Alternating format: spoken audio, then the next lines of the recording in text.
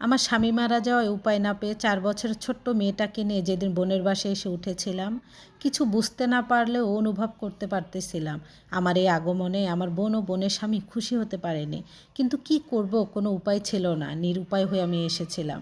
আমার না ছিল বাবা মা, না আমার একটা বড় ভাই আছে, ৩ কুলে আপন বলতে আমার একমাত্র বোন। আমার বোনের বাসায় উঠতে আমি বাধ্য হই। আমার বোনের বাসায় এসেছি আমি ১ সপ্তাহ হয়েছে। ১ সপ্তাহে অনেক কিছু পরিবর্তন হয়ে গিয়েছে। আমার বোনটা আগের মতো আর আমাকে আপু আপু বলে ডাকে না।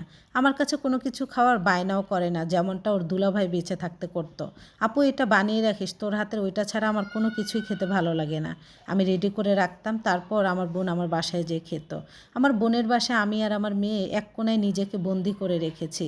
রান্নাবান্না সব কিছুই আমি করি। আমি আসার পর আমার বোন কাজের বুয়াটাকেও না করে দিয়েছে। বুয়া লাগবে বান কেন, এখন তো আমার বোনের বাসায় আমি আছি, তাই না?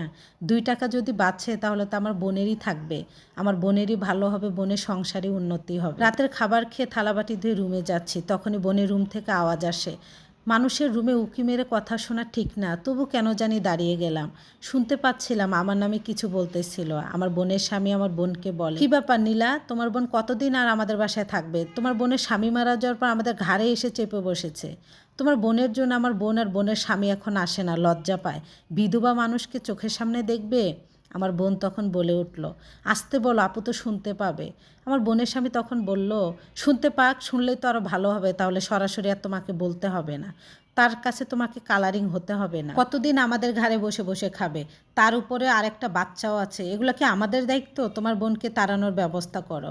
তখন আমার বোন বলে, আরে আমার কি ভালো লাগে, আমার তো ড্রেস, বাড়ি ঘর সব কিছুই শেয়ার করতে হচ্ছে। আমারও বিরক্ত লাগে, অফিস থেকে এসে বাচ্চা, তার ভিতরে জুটছে আমার বোন, আমারও বিরক্ত লাগে। কেন জানি আগের মতো আমার বাসাকে নিজের বাসা বলে ফিল হয় না, মনে হয় অন্য কারোর সঙ্গে শেয়ার করতেছি। তখন আমার বোনের স্বামী বলে, আমাদের সোসাইটির মানুষ যদি জানে তোমার বোনের স্বামী মারা গেছে, আমাদের কোন চোখে দেখবে? আমাদের মান সম্মান কোথায় যে দাঁড়াবে? তুমি একবার ভেবে দেখেছো? তাড়াতাড়ি তাদেরকে তাড়ানোর ব্যবস্থা করো। তারপর আমার বোনের রুম থেকে আর ছাউন আসলো না। বুঝতে পারলাম হয়তোবা তারা ঘুমিয়ে পড়েছে। মুখের দিকে তাকিয়ে দেখি কেন জানি অঝরে চোখ দিয়ে পানি পড়ছে। চোখের পানিগুলো মুছে রুমে গেলাম। মেয়েকে বুঝতে দিলাম না, ভেজার চোখেই মেয়েকে বুকে জড়িয়ে ধরলাম। মেয়ে তখন বলল, মা, বাবা কখন আসবে, আমাদের কবে নিয়ে যাবে? খালামণির বাসায় আর ভালো লাগে না, খালামণি আঙ্কেল আমাকে একটুও ভালোবাসে না। মেয়েকে মিথ্যা ভরসা দিলাম, মা তোমার বাবা খুব শীঘ্রই আসবে, আমরা এখান থেকে চলে যাব মা। আমার মেয়ে আবারও বলল, মা, বাবা আমাকে কত ভালোবাসতো না, খালামণি বাবা যখন ছিল অনেক ভালোবাসতো, এখন ভালোবাসে না।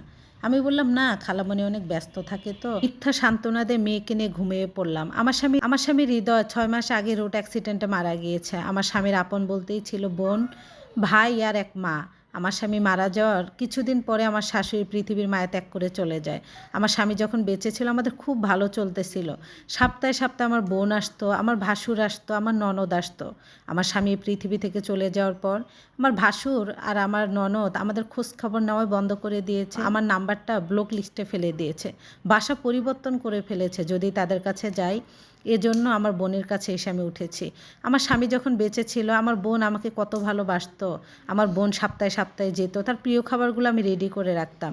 আমিও আমার বোনের বাসায় আসতাম, অনেক ভালোবাসতো, কত যে আপ্যায়ন করতো। গতকালকে গোসল করতে ঢুকেছি বাথরুমে, আমার বোনের আওয়াজ শুনে বাথরুম থেকে আস্তে করে দরজাটা খুলে এক কোনায় দাঁড়িয়ে রইলাম।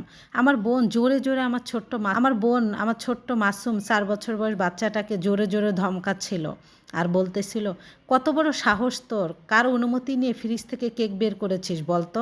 তোদের জ্বালায় কি বাসায় থাকতে পারবো না? পুরো বাসায় তো তোরা মা মেয়ে দখল করে নিয়েছিস। তারপর আমার জামাই একটু কেক এনে ফ্রিজে রেখেছিস, সেটাও তুই হাতে নিয়েছিস। আর একবার যদি না বলে নিস তাহলে তোর চামড়া উঠাবো শরীর থেকে, বুঝতে পারছিস? এটা বলে মেয়ের হাত থেকে মেয়ের হাত থেকে কেকের টুকরাটা নিয়ে ডাস্টবিনে ফেলে দিল।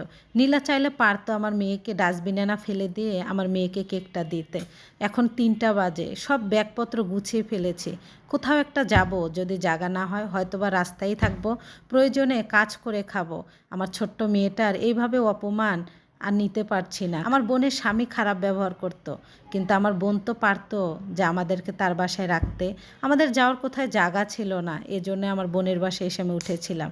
আমার বোন নিজেই ইনকাম করে, তার স্বামীকে বুঝিয়ে আমাদের জায়গা দিতে পারতো, কিন্তু জায়গা দিতে চায়নি আমার বোন। জানি না কোথায় যাব, তবে মা মেয়ে জীবন যুদ্ধে নেমে গিয়েছি।